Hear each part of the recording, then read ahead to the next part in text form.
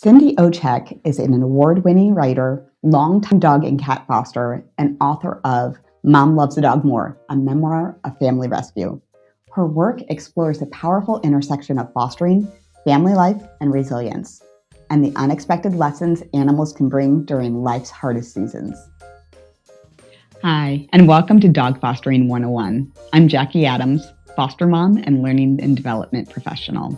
This podcast is for anyone who's new to fostering, thinking about saying yes for the first time, or navigating those early days and looking for practical tips, because fostering changes lives at both ends of the leash. So, question for you, Cindy. When people say, I could never foster because I couldn't give them up, what do you think they're actually afraid of? I used to think it was simple, and the answer was that they would get too attached. But the reality is there's a bigger question in there, which is why would you be afraid of getting attached? I've been pondering that for the last 16 years since we started fostering. My current book, Mom Loves the Dogs More, a Memoir of Family Rescue, was a different book than it is out on the stands right now. When the first draft of my book was all about how to foster. And that was thinking that I'm going to create the quintessential book on how, step by step, on how to help people foster. And then if they knew how, they would jump right in. I wrote that book, and when I sent it to beta readers, who are just people that you ask to give high-level feedback from, the comment I got back was, I could never foster, I could never give them up. I never probed deeper into why. However, the last 16 years of being a foster and then working with other people in fostering, I'm starting to see there's much deeper things to I could never give them up. Is it grief? Is it anxiety? Is it loneliness? Is it the fear of not being able to be a good foster and foster correctly? Most of us have not gone through dog training or care. We pick up things about caring for animals either from our past, because we had animals, or things we read on the internet. But when put under the pressure of being evaluated possibly for how you foster, and successful adoption is the height of evaluation, is if you are able to get that pet adopted. I think all those things together are creating this flood of I could never give them up, and yet there's more that's deeper within that. And let's talk about that deeper aspect of it. What I feel like I'm hearing you saying is that anticipation of grief is what is perhaps holding people back. Why do you think that isn't discussed, whether that's in society or within the rescue space? I think we are just currently as a culture really poor grievers. That I don't know. I can't speak to the real reasons of why we don't talk about grief in our culture. I would just say there's a lot of stuffing it when you are sad, that you're supposed to buck up and not talk about it, not look sad. And anticipatory grief is a tough one. That to have anticipatory grief, which means you know what grief is like and you're trying to avoid it, or you're reacting to the fear of it. You've had grief, you've had trauma, and you don't know how to handle it. I would say that was one of our things through the 10 years that the book covers, this memoir, is it took a while for us as a family to figure out our stand on grief and how to grieve and how to let each other grieve. I think we're just not in that position in our society to openly talk about grief. You don't see a lot of it. However, that being said, there are far more opportunities through social media and different platforms where people are addressing pet grief, pet loss grief. Maybe that'll help in the future for people to learn how to grieve from a group. Even our local veterinarian's office does a grief group once a week. Maybe it's once a week, in order to help people who have lost their pet manage what they're going through. Well, and doesn't that delve into, I think, as a society, certain topics like shame, which now there's TED Talks about it, but in the past there wasn't. And the idea of speaking in a public setting about something that feels emotionally uncomfortable and vulnerable like shame, we didn't do that in the past as an overall society because it feels icky. It's more fun to talk about there was this challenge, I overcame this, and there's what it looked like, and we feel much more comfortable with that. I see talking about grief and choosing grief. It's different when we have known relationships and we're going to have to grieve, and that is a fact of life.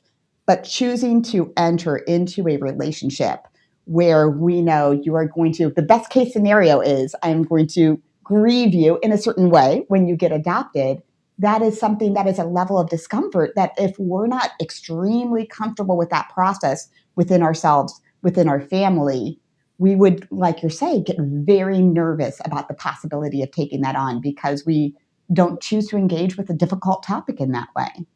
Exactly. And I think there's another thing that once you pose this topic to me, I really started thinking about it when this beta readers said to me,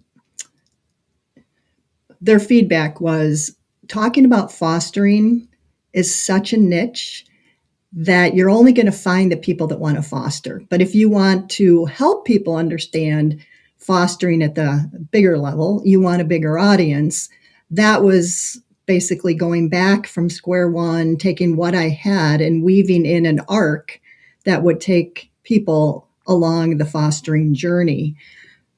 I think we have I don't know what it is, but I think in general, people have an aversion to the word fostering. If I say I am working in dog rescue, I get a very different response than when I say I'm a foster. If you look online and you see hashtags related to dogs, so you're on social media and you look at hashtags related to dogs, there are 100 million hashtags and posts associated with dog lover. And it gets down into maybe 100,000 when you talk about fostering. And there's more, but certainly not 100 million when you talk about dog rescue. That's like 100,000 to 500,000 for fostering. And then you move up that chain of dog rescue and it's probably a couple million. But when you get into just general dog lover, people will talk about dogs all the time. There's something that keeps them interested in the topic of fostering. I'd love to crack that nut. And do you think it because, so my theory based on what we're saying is I am currently specifically going through my nonprofit Homeward Bound Guest House into schools, middle schools, high schools, elementaries. I'm going to Rotary clubs and to civic groups, and I am talking to them about fostering, and not just to recruit fosterers, though if they decide to do that, wonderful. We definitely need more dog fosters, but also because I think talking about dog fostering and animal welfare can be a way to grow emotional resilience in our communities, as a way to get people to think more compassionately, either towards dogs or towards each other, to talk with empathy in how we engage people who have different lived experiences than ourselves. So perhaps one of the things with dog fostering is, again, it tapping into these emotional, intelligent, deeper topics, and that it's not just a dog who has been rescued, because that's a very, 1 or 0 story, but it's a dog on a journey that sometimes can get a little bit more complicated. We're going to have different periods of decompression, different behaviors that come out as they are getting comfortable again and learning to trust and love again. And that is a little bit more of a complicated story.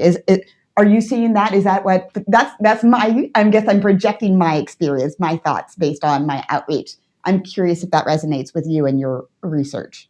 I would say yes. And you've just ticked a inquiry and something that's making me curious about that.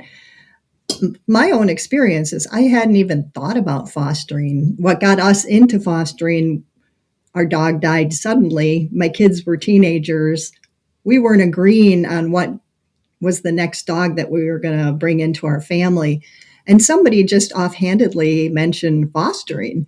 It never even crossed my mind. I didn't even know anybody that fostered. And this friend of mine, she didn't foster, but she had just been working with somebody that had fostered a pregnant cat. And that whole discussion got into the reason they foster a pregnant cat is their kids can enjoy the miracle of birth, but they don't have the commitment of having a pet. Oh, this is great. We can foster dogs and have a parade of dogs in our home, and I don't have to choose over which one we want. But prior to that, there was nobody in my sphere that's talking about fostering. And what you're doing is fantastic. Starting that awareness. The more people hear about it, the more they know that it's out there and it's something that can be done. We'll take away that stigma of fear of what is this? Well, even if you're kind of curious what's dog fostering, it feels better if you know somebody. And I think there's just so few people that are fostering that it's hard. When I go into one of the rescues I work with, they have 300 cat fosters on there right now, just 300 cats in foster care. It seems like a lot of people know. When I go out into the general public and talk about fostering, there's just this lack of knowledge, which means there's a lack of inspiration to get involved. Yeah. And part of the reason why I started fostering dogs is because my sister fosters kids. And it made me realize, well, she used to foster kids. She had 3 different kiddos that she was fostering. They are now adopted. And so I have new nephews and nieces because of her awesome work. But it was interesting to me to realize how little I knew about the foster system for kiddos, and then realizing how little I knew about the foster system for dogs. And just started, even though I did have friends in the past who had foster dogs, I just never asked those questions because I think I was a little bit concerned. Probably I was scared of my own feelings of getting some exposure to that and that vulnerability of what that might look like if I started to find out about it. And so once I did, though, then, I just went completely into it because it was beautiful how much it opened me up to tapping into those different emotions, how much I felt like I grew on an emotional level, how much it encouraged conversations with my nephews about what loving a dog. They always say, oh, you're going to keep this one, Aunt Jackie. This one loves you. You've got to keep this one. And having those conversations and then bringing them along to meet the foster families or the adoption families and what that excitement and joy looks like. So I think, just the level of insights that you get from fostering specifically for a family. I'm curious what that looked like in your family, what those discussions look like about the adoption process. That was tricky in the beginning. The kids, the first couple, and I'll be honest because it's in the book, nothing better than to be honest than what's already printed, is that we struggled in the first 2.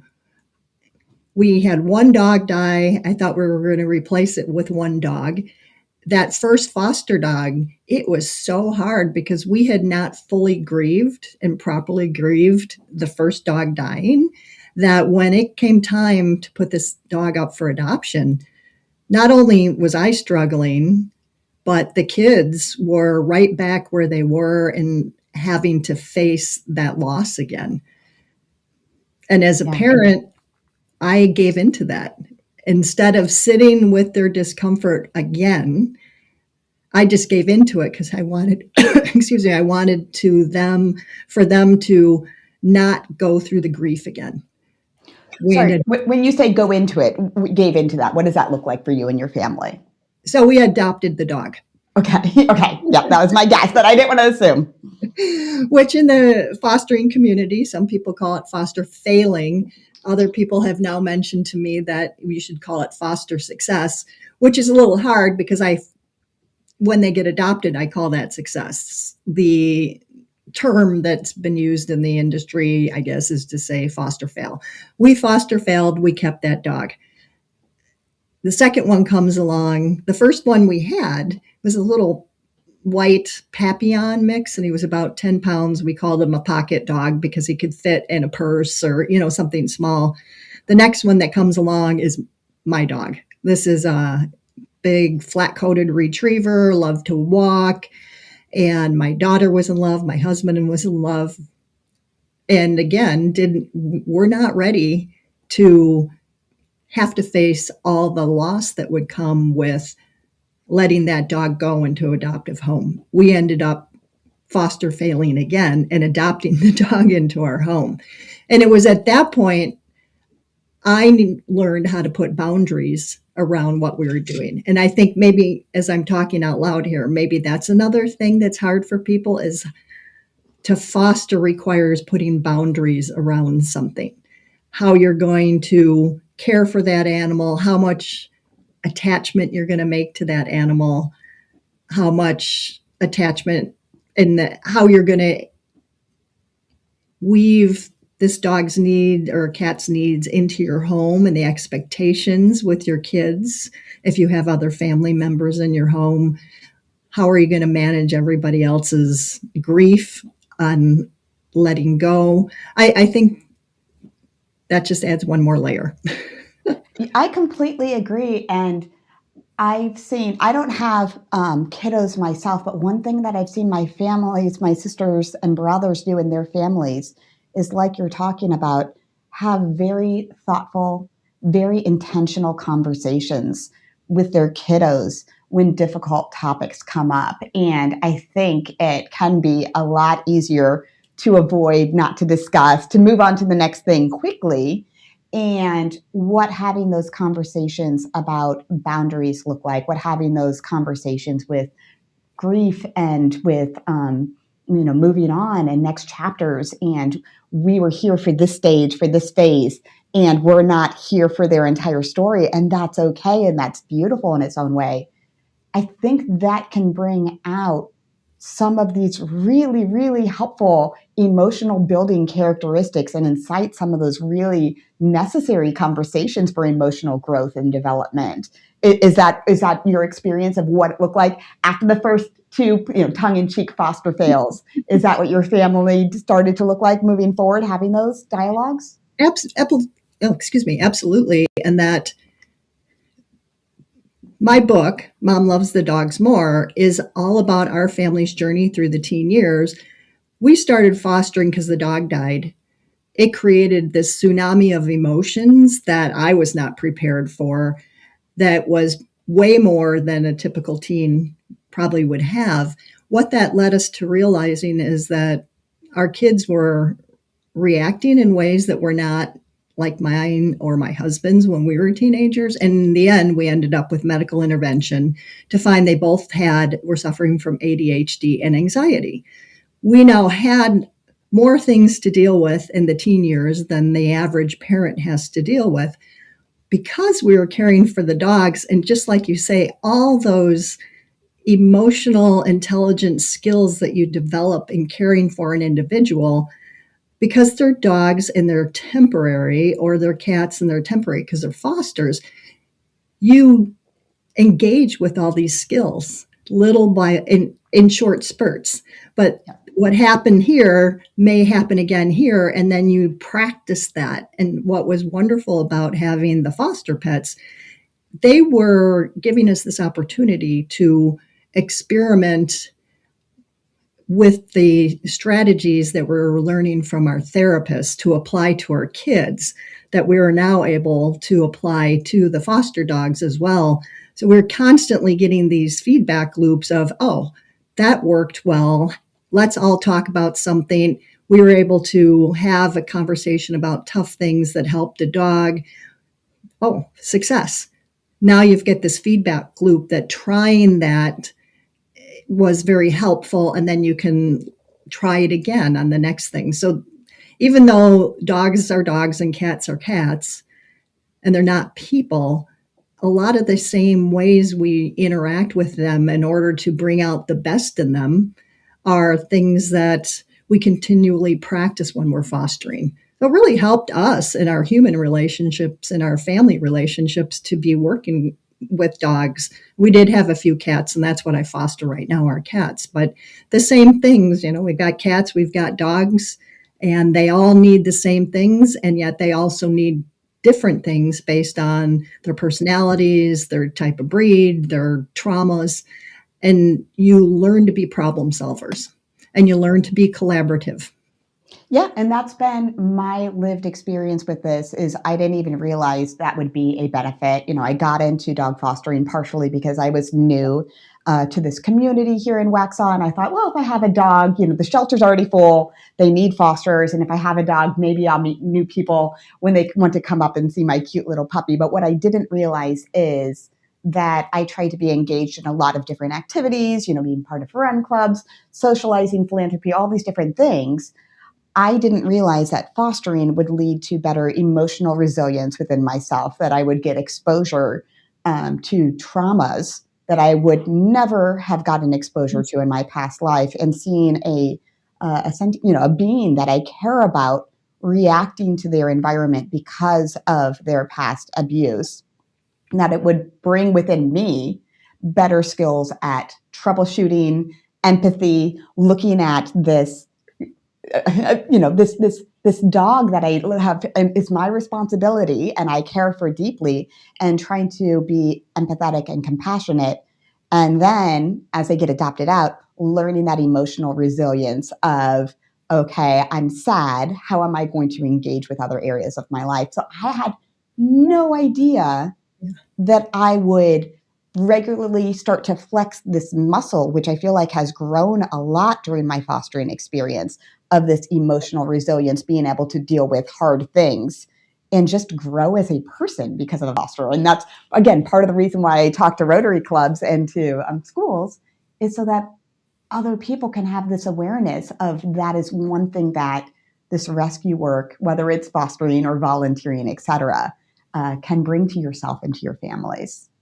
I wish we could figure out how to put the marketing spin on that. I talk about that a lot. I have a newsletter on Substack called Like People Like Pets, and it's exactly what you're talking about. What do we learn from caring for animals that can apply to people? And the same thing of what do we know works with people that would help animals thrive? Same exact thing. It's trying to help people understand that, get that message out, and how to engage with that. Because I still think we have to go back through all the fears. If you have a kid and you're raising a family and you're strapped for time, the thought of adding one more thing, as beneficial as it is, can seem daunting to people. That is the reward as good as, well, I get that same reward and for all the effort. I am totally on board with you of the rewards for the effort are out of balance, and that there's far more reward than the effort. Getting people to understand that, because caring for an animal takes time, takes energy, especially if one comes in from trauma. Yeah. Well, and I used to think, there is a certain level of privilege. People say travel gets you exposed to different experiences, which I couldn't agree more. But there's a certain level of privilege that it takes in order to get the ability to take the time off to travel, to deal with the expenses of travel. I love that. In my opinion, fostering is one of the ways to get very unique experiences. When I was talking with fellow author and friend of yours, Kara Achterberg, she mentioned that she got exposure to people that she would have never met ever before by fostering, because you meet the different volunteers, you meet the fellow fosterers, you meet the people who are transporting, and you're all of a sudden engaging with this community that you would have never, ever gotten to know. So when you compare it to some of the other forms of exposure, it's a much more accessible in that way. But there is that commitment, and thankfully we can do it part-time and choose which season is the best for us or our families to engage with that. The other advantage we had as a family is when you get into the teen years, it's that feeling of them slipping away. They're doing what they're supposed to do, which is to grow, which is to learn how to be their own person. And they are less reliant on you, probably less home, maybe going through teenage angst, and there's more isolation. And we were experiencing that. They knew they couldn't just walk away from that dog. That dog still needed to go out, still needed to be fed. You had all these opportunities to interact, and we were doing this activity in our home. I didn't have to beg and scream or anything to get them in a car when they didn't want to have to get into a car. But having that dog in the home with them, they couldn't deny that. And they became actively involved in it. We then had this family activity that we were doing together. They were learning life skills, taking care of animals. We were creating memories. We have certainly not the most creative photo album, but we have a photo album that even my kids in their 20s love to come home and flip through that album and start sharing stories. And they are happy stories that in a time that was really difficult, they're finding light. That, and getting that out there through my book is what I'm hoping to help people see is maybe you don't foster, but find something that you can do as a family that keeps you connected. And for us, it just turned out to be fostering. Oh no, I'm going to say everyone who has teens that are starting to disengage, fostering, you're pointing out, is the definite go-to solution to getting those teens to want to really come back and lean back into the family experiences and getting, who doesn't want a cute foster pup around to help you just emotionally, I don't know, get a little bit of a hug, get a little bit of a cuddle and just like reset yourself. That makes complete sense to me. I'm sold. With one of the things I think that people need to do, though, is set the expectation. This is a temporary situation. Our goal here is to move this animal into an adoptive home that opens a space in our home for the next dog in need. Helping to reiterate that with your family so they can grasp that understanding of the emotional toll and add the logic to it. Yes, I'm going to be sad. But then I get to open my door and have a dog, who's going to be the next one? Is it going to be some little furry white 10-pound dog or 70-pound Margot, who is our flat coat retriever? You just never know. All different personalities. And even when you go into it, here comes Margot, our retriever, who could care less about a ball. She could care less about swimming. She loved to walk, playing, their toys, things like that. And so one of the other things we found is that it helps you to learn how to be less judgmental and to take away some of those preconceived notions about something. Because it looks like this, it should be this.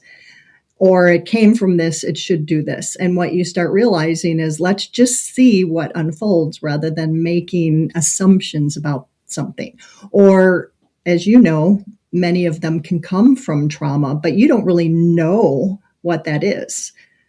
Maybe the trauma wasn't the fact that they were living in a home full of trauma, but maybe the trauma was they were stuck in a shelter for a month or 2 months or a year, and they were bullied by another dog. You just don't know what that is. So you go into it trying to understand what the situation is, but then not judge the situation. You were learning, especially in these days and these times where it's really difficult to make ends meet, that people are giving up their pets, or if they can't find shelter space because shelters are full, they're abandoning their pets and putting them outside. It's one of those things. A lot of times you think, how could people do that? And then you start hearing the stories and you learn deeper that you can't judge. You just don't know. Yeah, and I completely agree with you. I'm always very careful whenever we talk about shelters. Shelters are extremely necessary, as I'm sure you agree, and they are amazing places where very devoted staff and very caring members of our community are doing the difficult work day in and day out. But that being said, since they are places that house and take care of a lot of animals, sometimes 50, 100, a couple of hundred animals. Those are, no matter what they do, going to be stressful environments for the dogs that are in them. And so that's why the fostering system of coming alongside and getting them placed in a home where they can be in a family environment just looks like such a different experience for those animals. I also wanted to touch on, I really like what you said previously about preparing your children, preparing your families in advance about that, setting up the expectation from the very beginning of this is part of their journey, one stage of their journey. I think for me, and I won't put this on other people, but I've heard it's true for other people, that it can also save you from getting this kind of like godlike complex of I'm here to save them, as if I was the only one that could provide a safe and loving home to this foster dog, and reframing it as there are a lot of really good people out there that would do a wonderful job taking care of this dog, and I can help connect them. So I think when you're so devoted to their care, people like me can fall in the trap of thinking I'm the only one. And it opens up your mind, or it keeps your mind open when you can reframe that a little bit.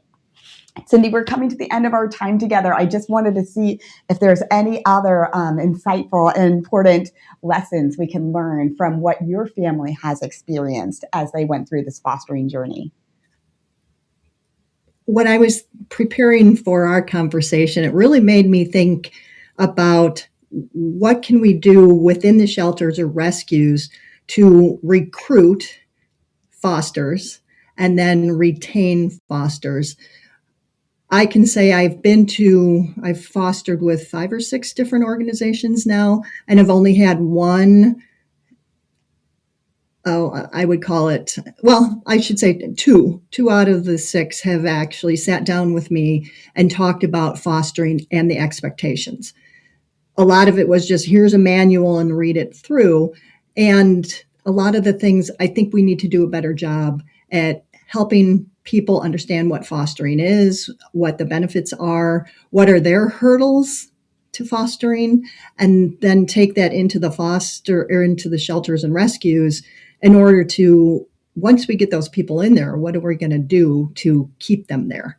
That's the second thing, is you can get them in the door, but if you don't have a way to keep them in there, you're just constantly looking for fosters, or you're dependent on the same fosters over and over instead of growing. With that said, I also know that the reason we have shelters and rescues is to care for animals. There are things that I'd say fostering is equal to, but there's also animal care, fundraising, and volunteer recruitment that all combines, and you have to have the time and the support and the money. You could talk about this all day. There's still a limited amount of things, a little bit of resources that are out there that help people care for animals that have been surrendered or abandoned.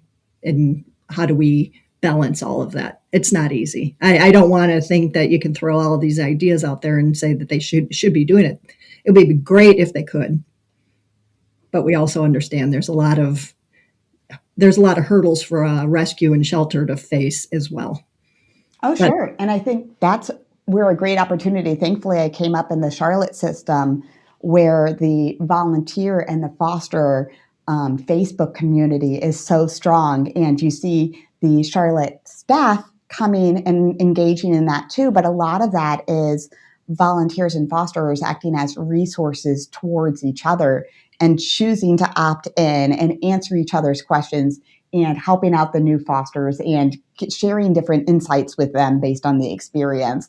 And so I'm glad that I was able to learn about that and hear about us kind of lifting each other up in the process. So I completely agree with what you're saying, that we have to come together as an entire community in order to provide that to new or aspiring fosters. Cindy, for people in the audience who want to keep posted and follow your work, what is the best way for them to do that? The easiest way is on my website, which is cindyowrites.com, and that's CINDYOWRITES.com. Perfect. Thank you so much for joining us today and for sharing your fostering experience with all of us. It was wonderful. Thanks. Thanks so much for joining us for this episode of Dog Fostering 101, Everything I Wish I Knew When I Began Fostering. This episode was edited by Make Your Day Richer. If you enjoyed it, please be sure to follow us and check us out on Facebook and Instagram. Now go cuddle a pup and have a great day.